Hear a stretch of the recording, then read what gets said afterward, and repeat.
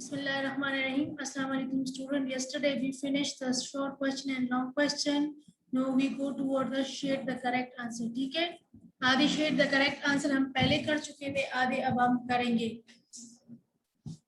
First one की तरफ देखिए, shade the correct answer.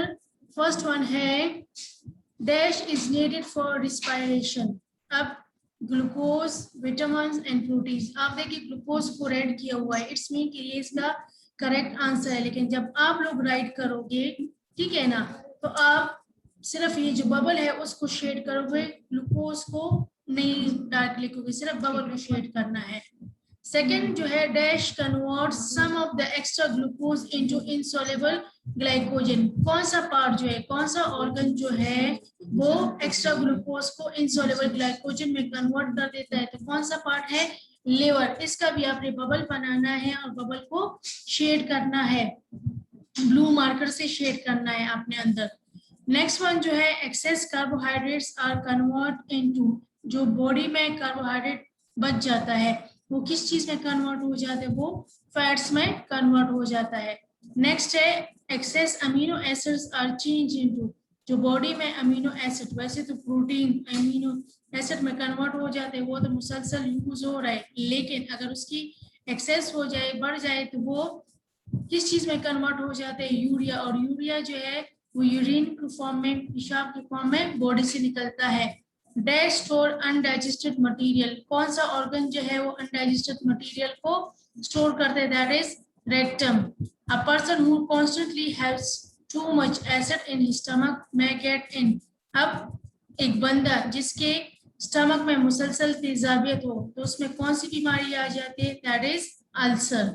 Next one, during dash babies become dehydrate, कौन सी बीमारी है जिसकी में बच्चे जो है वो डिहाइड्रेट हो जाते हैं, मतलब पानी की कमी उसमें आ जाती है, न्यूट्रिएंट्स की कमी आ जाती है, तो वो है diarrhoea.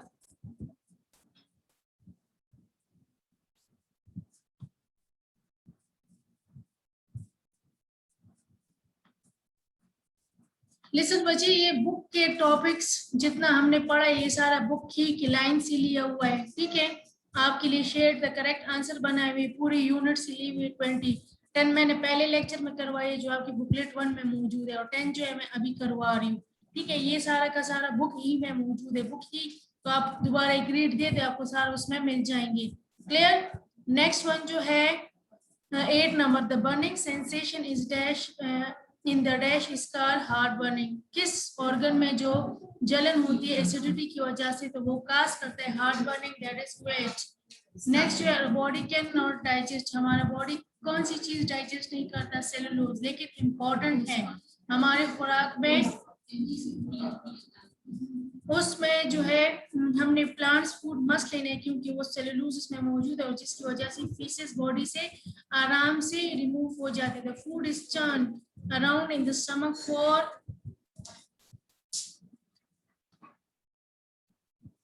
up to dash hours after a large meal. हमारा जो मील है, खुराक जो है, ठीक है, वो हमारे स्टमक में कितने टाइम तक रहता है, एक बड़ा सुबह का प्रॉपर नाश्ता करने के बाद, खाना खाने के बाद कितना टाइम वो में हमारे स्टमक में रहता है, तकरीबन 6 आवर्स के लिए.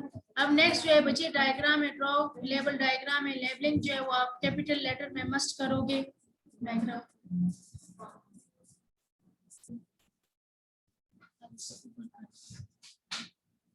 ये है बच्चे, डायग्राम है डाइजेस्टिव सिस्टम का, ठीक है. आपके बुक के पेज नंबर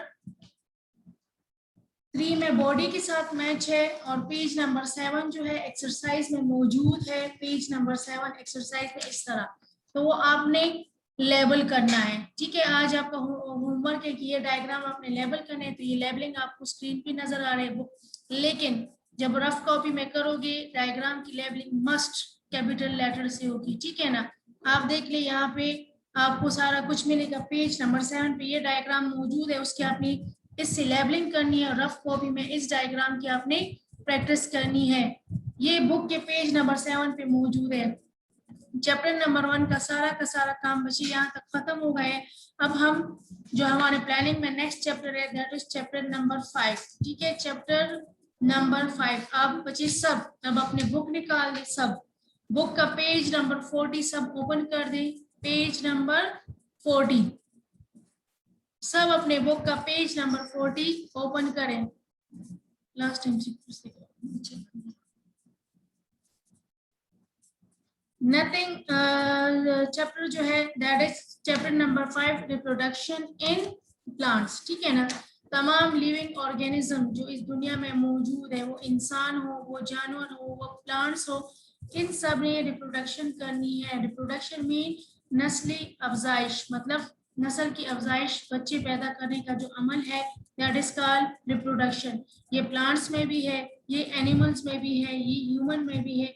इसलिए तो हजरत आदम अलैहिस्सलाम से लेकर अभी तक इंसान चले, इसी तरह एनिमल्स जो है नस्ल तर नस्ल आके चल रहे हैं। ठीक है ना। अगर रिप्रोडक्शन नहीं होगा तो प्लांट्स और एनिमल, इनकी नस्ल जो है खत्म हो जाएगी। कुछ ऐसे नस्ल है जिनकी रिप्रोडक्शन जो है एक्सीडेंटली, कोई तूफान वगैरह आ गई हो, कोई सैलाब वगैरह उसके साथ वो खत्म हो जाए, तो रिप्रोडक्शन ना हो तो वो खत्म हो जाए। ऐसे हमारे घर में प्लांट्स, वो फूल दे रहे, उसकी फूल को हम तोड़ते जाए। ठीक है ना।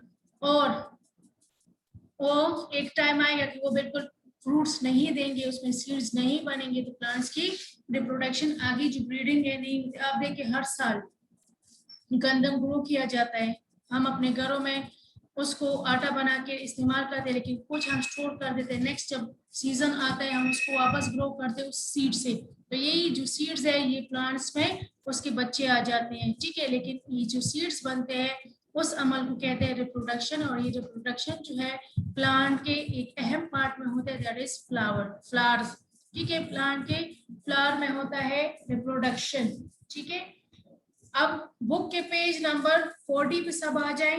Page number 40 reproduction. रिप्रोडक्शन का मतलब है नस्ली अफजाइश। ठीक है। रिप्रोडक्शन का मतलब है नस्ली अफजाइश। अब पैराग्राफ जो है नीचे से स्टार्ट है, नथिंग लिव्स फॉरएवर, कि कोई भी, वो प्लांट्स हो, वो एनिमल्स हो, वो इंसान हो, कोई भी हमेशा के लिए जिंदा नहीं रहता। And yet life continues because all living things are able to produce copies of themselves। कहते हैं कि कोई हमेशा के लिए जिंदा नहीं रहता, लेकिन उसकी जो नस्ल है, उसकी जो लाइफ है वो जारी है, क्योंकि लिविंग ऑर्गेनिज्म अपनी तरह दूसरा ऑर्गेनिज्म पैदा करता है। प्रोड्यूस कॉपी भी कि अपनी तरह इंसान के बच्चे हो, एनिमल्स के बच्चे हो जाते हैं। जैसे किसी घर में कैट वगैरह वो बच्चे दे देते हैं, डॉग है, हिन को आप देख लो, उसके लिए एग रख दे तो उसके बच्चे निकल आते हैं। ये सारा का सारा रिप्रोडक्शन का प्रोसेस है।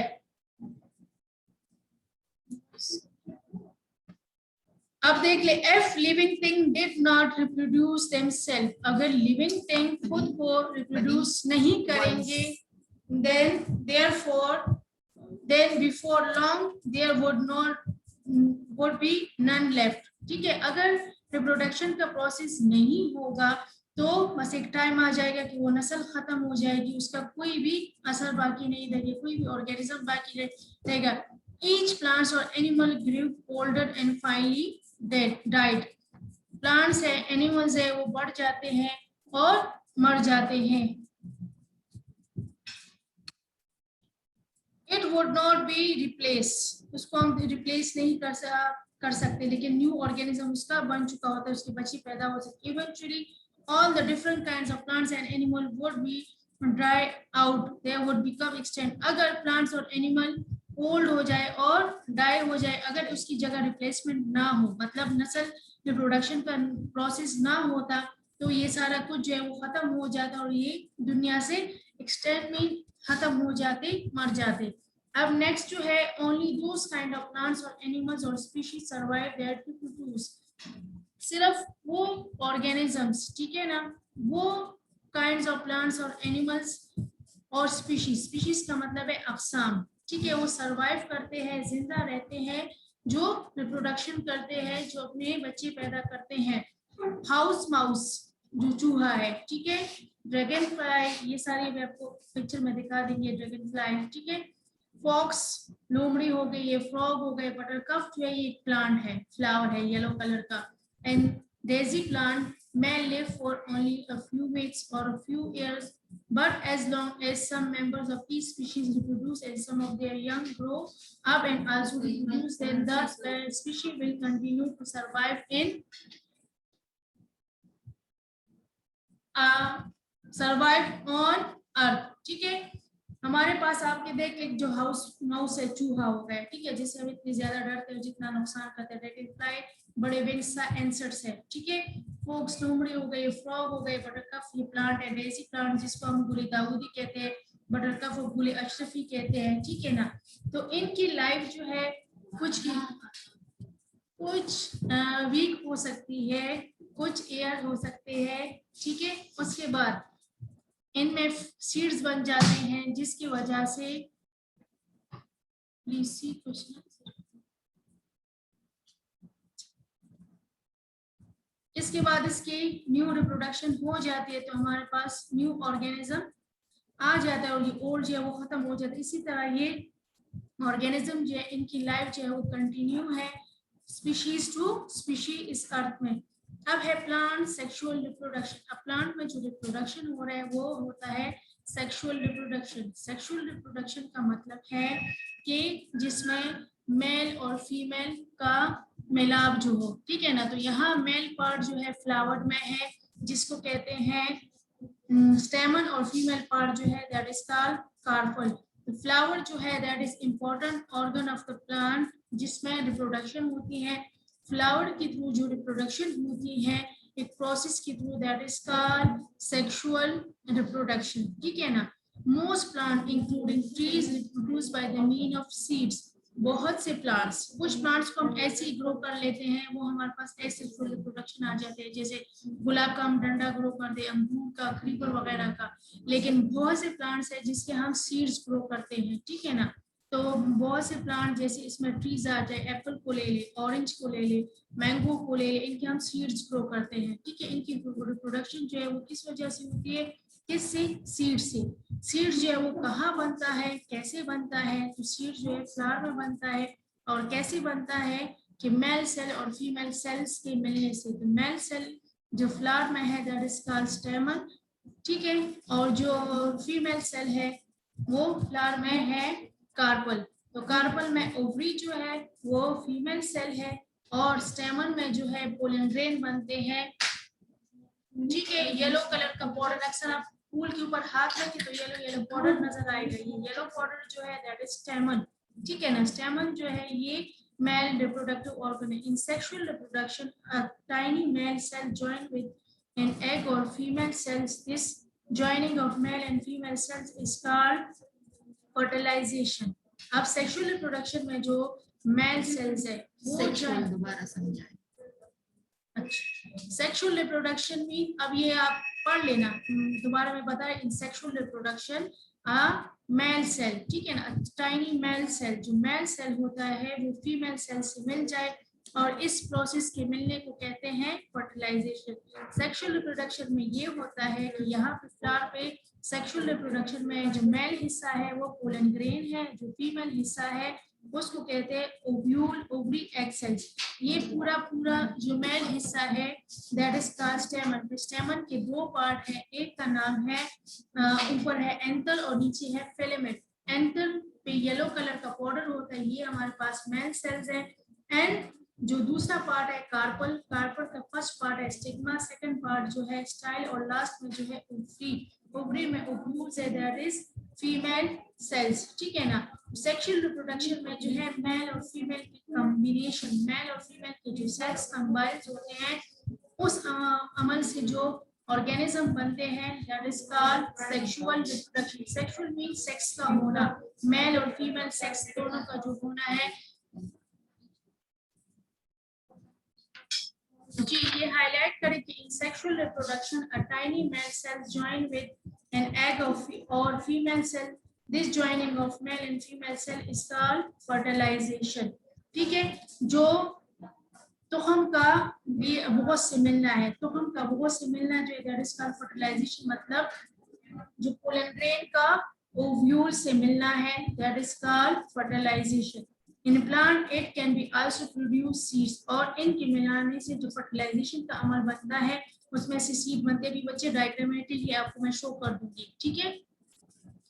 रिप्रोडक्शन जो है वो नस्ल अफजाइश है, तो रिप्रोडक्शन में जो प्रोसेस आ जाते हैं, ये रिप्रोडक्शन प्लांट में कब होगा, जब पोलिनेशन होगी, फिर फर्टिलाइजेशन होगी, तो इनसे जो सीड्स बनेगा, इस पूरी प्रोसेस को कहते हैं रिप्रोडक्शन। ठीक है, रिप्रोडक्शन जो है वो प्रोसेस है जिसमें लिविंग ऑर्गेनिज्म अपनी तरह और ऑर्गेनिज्म पैदा करते, अपनी तरह बच्चे पैदा करते। तो इस बच्चे को पैदा करने में जो अमल आते हैं जो प्लांट में है, दैट इज कॉल्ड पोलिनेशन, और उसके बाद फिर फर्टिलाइजेशन। नेक्स्ट देख ले, आप पिक्चर्स देख ले।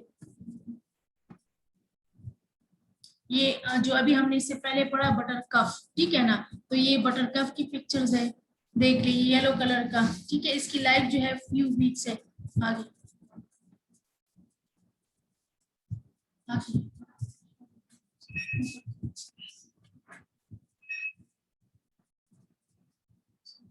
ये जो आपको पिक्चर नजर आ रही है गुलदाउदी, जिसे हम डेजी प्लांट कहते हैं। ठीक है, और पहाड़ी इलाकों में ये बहुत ज्यादा होते हैं। इसकी कलरफुल फ्लावर्स भी होती है, इसके अक्सर पेशावर में नुमाइश भी लग जाती है। ठीक है, ये है ड्रैगन फ्लाई। ठीक है, ये हमारे पास है ड्रैगन फ्लाई एंसर्स है, जिसके बॉडी में ट्यूब सा है, सेगमेंट सा है, और इसके बड़े विंग्स है। अब ये जो है पोलिनेशन और फर्टिलाइजेशन, आप देख लें डायग्राम ए में जो है आपको ये येलो येलो जो नजर आ रहा है, ये जाके जो प्लांट बी है, ठीक है ना, उसका अब पोलन ग्रेन जो है वो प्लांट बी से प्लांट ए में आ रहे हैं। तो जो पोलन ग्रेन रहे दैट इज कॉल्ड पोलिनेशन। और उसके बाद देखिए आप डायग्राम ए में ट्यूब बना हुआ है येलो, और वो जाके एंड में फ्यूज हो गया है। ये जो ट्यूब बना है ये पोलन सेल्स लंबे होके पोलन ट्यूब बनाता है, जिसमें सेल्स आके यहाँ पे ओव्यूल से मिल जाते हैं, और सीड्स बनने का अमल जो है दैट इज कॉल्ड फर्टिलाइजेशन। अभी जो हमने पढ़ा है सीड्स जो है ये फर्टिलाइजेशन के बाद, ये तो वैसे घर में मुख्तलिफ प्लांट्स आप देख ले, ठीक है ना, फ्लावर्स मौजूद है, ये भी देख ले, डिफरेंट टाइप के फ्लावर्स जो है वो मौजूद है हमारे घरों में। अब ये फ्लावर्स देखिए, फर्स्ट वन फ्लावर क्या देखिए जो बंद है, ठीक है ना, फ्लावर के पार्ट्स है। फर्स्ट ये बर्ड्स है, फ्लावर जो बंद होता है कली फॉर्म में होते हैं दैट इज कॉल्ड बर्ड्स, और कली जिस पार्ट्स में बंद होते हैं दैट इज कॉल्ड सेपल्स। ठीक है ना, फ्लावर्स की 4 पार्ट्स है, sepals, petal, स्टेमन and carpals. Sepals जो है वो ग्रीन कलर की अमूमन होती है। ठीक है, सेपल्स जो है ये फ्लावर की हिफाजत करते हैं जब वो कली होती है। तो आप देखिए उसके बर्ड फॉर्म आपको नजर आ रहे हैं, वो सेपल्स में बंद है। उसके बाद ये खुल जाते हैं, सेपल्स नीचे आ जाते हैं, और फ्लावर जो है उसके पेटल्स, ये कलर आप देखिए फर्स्ट वन फ्लावर के ऑरेंज कलर है, नीचे का रेड है, नीचे का जो है ऐसे पिंक कलर है। तो ये आप देखिए इनकी कलरफुल पेटल्स है। ठीक है ना, ये फ्लावर्स है डिफरेंट कलर्स के। ठीक है, ये फ्लावर्स है। ठीक है, उसमें आप ये रेड वाला फ्लावर देखिए तो उसमें आपको ये बाहर जो निकला हुआ पार्ट है that is the male part. ठीक है, ये आपको क्लियर इस फ्लावर में नजर आ रहे हैं। नेक्स्ट डायग्राम, अब इस डायग्राम में आप देख ले फ्लावर के पार्ट्स। ठीक है ना, फर्स्ट देखिए फ्लावर का जो कैलेक्स लिखा हुआ है, कैलेक्स इसका साइंटिफिक नेम है, और इसको कहते हैं सेपल्स, ग्रीन कलर। ठीक है, इसके बाद नेक्स्ट ये पिंक कलर जो है ये पेटल्स है, रंगीन जो इसके पत्ते आ जाते हैं। उसके बाद थर्ड हिस्सा इसका मेन हिस्सा है जिसको स्टेमन कहते हैं। फिर मेल के 2 पार्ट है, एक है एंथर और एक है फिलामेंट। एंथर ये येलो येलो जो है ये एंथर है, और ये दूसरा जो है फिलामेंट है। ठीक है, फिलामेंट जो है वो एंथर को सहारा देता है, और इसके ऊपर ये येलो बॉर्डर है, ये मेल पार्ट है। इसके बाद नेक्स्ट जो है पिस्टल या कार्पल जो है ये फीमेल पार्ट है। तो इसके 3 हिस्से हैं, स्टिग्मा, स्टाइल एंड ओवरी। ठीक है, फिर इंशाल्लाह इसको कंटिन्यू पढ़ेंगे। आज के लिए इतना ही काफी है। Thank you.